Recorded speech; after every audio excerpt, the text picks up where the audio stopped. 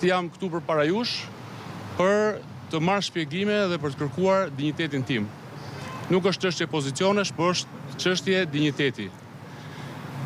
Në kërkesë kam shtjelluar që çdo rresht i vendimit është antistatutor. Kam kërkuar ballafaqim me leadershipin këtu. Hamëndësimi joni është edhe bashkimi jon në foltorin e Saljanit Durrës. Foltoria që në fakt i bëri shumë mirë Partisë Demokratike se i vuri gjithë në lëvizje. Edhe të gjithë jeni dëshmitar që pas foltores Saljanit Durrës u vu partia në lëvizje, fillun dalin deputetët që i thonin leadershipit këtu që nuk na vinë njerëzit. Ne i tregum atyre leadershipit këtu që njerëzit janë aty dhe nuk është e vërtet që nuk vinë, por nuk ju vinë juve. Lisandër, po e nis me ty. Tani, çfarë po ndodh në PD? A është kjo një disiplinë partije apo një përjashtimi mendimit ndryshe? Çfarë po ndodh? Pa u ndalur, do ta marrim në makro pastaj në mikro. Në makro çfarë ka? Ka një nevojë domosdoshmëri emergjencë Partisë Demokratike të pastroj listat e saj të antarësisë. Çdo të thotë kjo. Po si ti pastroj? Ja, një moment. Nuk ka asnjë forcë politike në Shqipëri dhe në glob toksor që mban në listat e antarëve të saj njerëz cilët janë larguar prej vitesh dhe punojnë ndoshta për parti kundërshtare.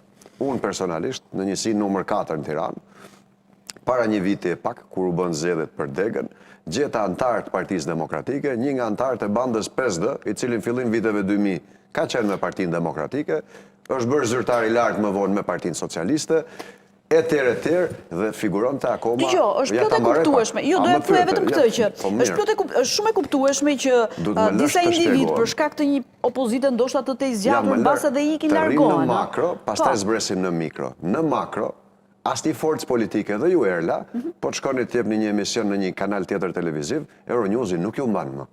Dhe kjo është normale. Pa diskutim, iki vetëm, s'kam nevojë të më heqim. Po iki ama, nuk rri aty. Ka njerëz cilët nuk e kanë hequr emrin si antar, dhe është e domosdoshme që të zbatohet statuti, rast pas rasti, për shkak se opozita ka qenë e gjatë, një pjesë duan të merren më me politikë, një pjesë tjetër kanë kaluar me parti tjera politike. Kjo gjë është një gjë normale dhe është një proces cilin ne nuk duhet ta frymë dhe nuk mund ta frymë. Pra PD-ja është e bindur që këta individ që po largon PD-ja kanë bashkëpunuar, po themi, ose po flirtojnë me... Më lër ta mbaroj. Qendrimi zyrtar i Partisë Demokratike dhe publikimet që PD-ja ka bërë lidhur me këtë çështje kanë qenë këtu. Qendrimi im personal. Kjo punë duhet bërë dhe duhet bërë me çdo kusht në mënyrë që të kesh lista të vërteta antarësh. Nuk po gjykoj rastet konkrete, se unë nuk kam dieni as rastin e zotit Burgia, as rastin e zonjave në Elbasan, se s'kam nga t'i di. Këta janë çështje të brendshme të Degës. Mirë, zonja Zheni Gjergji që ka qenë deputete e qartë, se ka shkuar, është bërë drejtoresh spitali normal që do mund ta largonin. Ka media të cilat e nxjerrin si trauma këtë gjë. Dhe merren me Partinë Demokratike dhe vendosin flamurin që në PD po bëhet nami. Po ja, ata erdhën ju zunderën sot ama. Në Shqipëri të mos flitet kurse si për qeverinë. Ne do të merrem një fabull e cila ka funksionuar për 2 vite, nga viti 2021 deri në vitin 2023, është diskutuar logo, simbolet në çdo studio. Dhe nuk i tregohesh shqiptarëve që bëheshin tendera sekret, që vidhi shtetin në mënyrë brutale, që këtu krimi organizuar caktonte tenderat, që rrëmbeshin biznesmen. Jo, këto nuk duhet fliten.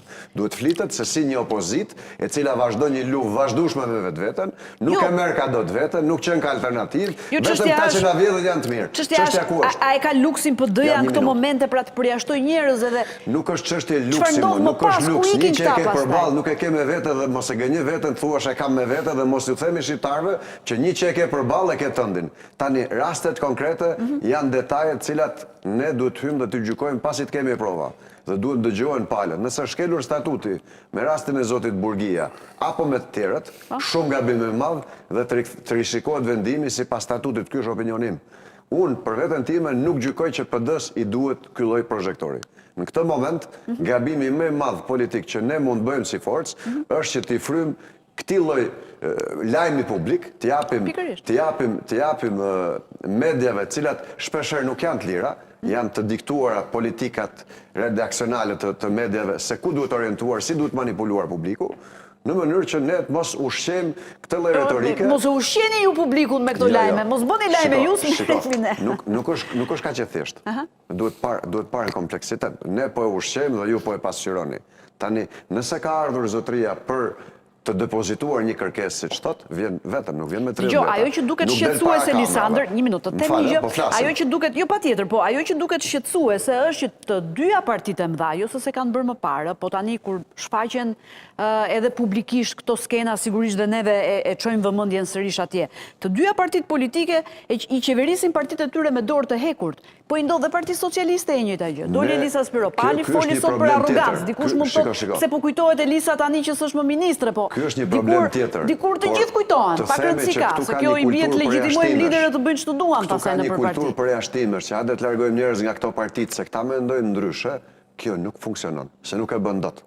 Jo TPD-ja, na si forcë politike. Po mund të luftosh dikën që nuk e fton, nuk e ul rreshtat e parë, që nuk jep vëmendje, që nuk e bën lajm, që ka metodat së natyrës dhe në Shqipëri ka ndodhur dhe ndodhin këto gjëra. Problemi është që egzagjerimi, vendosja e gjithë projektorëve, se këtu ka plasur një luftë e madhe dhe këta pas kanë frikë ca njerëz, të cilët nuk po i japim ato tonë ne. Shohim ku do shkojë. Kjo është një gjë banale. Nëse i ka ndodhur pa drejtësi, janë të drejtë Zotit, kërkojnë për dignitetin e vetë secili prej personave, thotë çfarë ka ndodhur me mua. Ky është opinioni im. Duket sikur po anatemohet elementi kundër. Partia Demokratike. Me perceptimin publik po krijohet alibia që ju po anatemoni çdo individ që ka një mendim ndryshe apo çdo që ka ambicien për të kandiduar ndoshta. Pra ata që janë bashkuar Salianit, se një pjesë atyre Salianit, sepse ju praktikisht i keni ditur.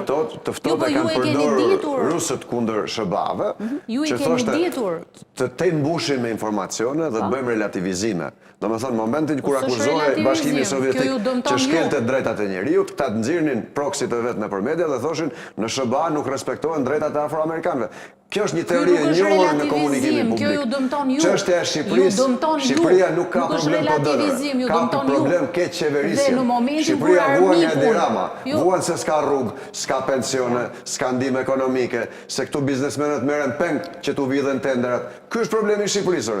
Ju thoni, hajde t'i themi shqiptarëve që kemi një parti politike e cila bëkat disa veprime me cantarët e saj. Dhe ky është kryehalli i shqiptarëve. Që i bëhet individëve që ju i keni njohur më parë. Nëse këta individ ju i keni njohur më parë, por këta praktikisht pas kanë bërë fushat për partitë e tjera, pse nuk e evidentuat më parë këtë fenomen? Nëse ata kanë bërë fushat për partitë e tjera, nëse kanë çuar ujë në një farë mënyrë te para e partive të tjera, dhe këtu ajo që është çfarë ju dëmton ju është targetimi i armikut që duhet ishte praktikisht jashtë dhe ti armikun e anatemon dhe e targeton brenda partisë. Erla, drejtuesit politik nuk është brenda, kanë përgjegjësi. Çështja, nëse unë do isha drejtues politik në një qark, çfarë do bëj? Dhe marr informacione të besueshme, se jo thashë theme, fushatat kanë, që X antar apo drejtues nuk ka rëndësi, Partisë Demokratike, po punojnë kundër, unë nuk pres një vit. E shkarkoj atë ditë. Po ne që i njohim partitë politike, ke shumë nga ata që për të hequr përgjegjësinë nga vetja, ja rrasin tjetrit, ja se punoj kundër politik ka përgjegjësi absolute. E kap fushatë, e paralizoj dhe i them ti s'ke më punë me ne.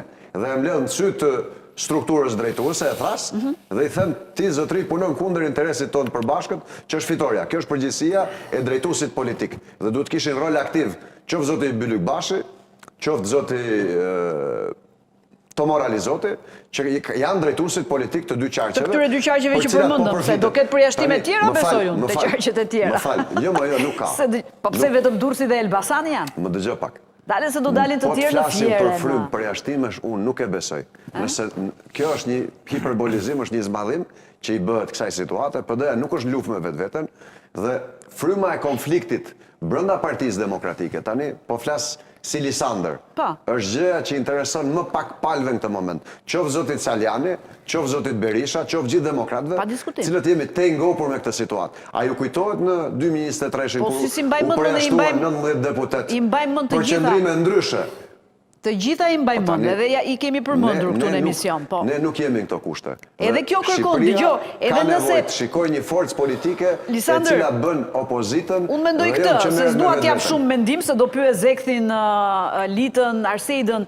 Unë mendoj këtë që dhe këtu ka nevojë për një analizë të vetë partisë. Pse ikin këta njerëz të kundërshtarit? Çfarë problemi kemi ne si parti që këta na ikin dhe na shiten? Kjo është tjetër çështje. Nuk të shitet dikush nëse ty të mendojnë që je fitues, je i fortë, ke shpresë për të ardhur në pushtet. Nuk ikin ata. Kjo është tjetër çështje, po kjo meriton një emision tërë për ta diskutuar. Kjo meriton që PD-ja kishte bërë analizën që se ka bërë ose emisione bën sa për ta duash. diskutuar meriton më shumë kohë. Në rastin konkret po flasim për dy gjëra. E makro duhet jemi gjithë dakord që PD-ja duhet ta bëjë këtë punë, në mikro rast pas rastit të ketë drejtësi dhe gjykohet. Ja ta dëgjoj Zektin, pastaj Litën.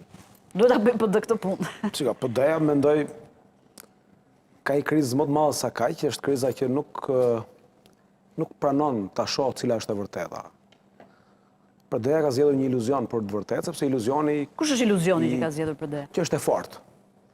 Që fajin përhumbjet e saj se ka ajo, që ajo i ka bërë gjëra të mirë, që gjitha që e kritikojnë PD-n janë njerëz të PS-s, që kushdo që kritikon PD-n është opozitë e opozitës, pra ky është realiteti fiction, iluziv që ka prodhuar PD-ja.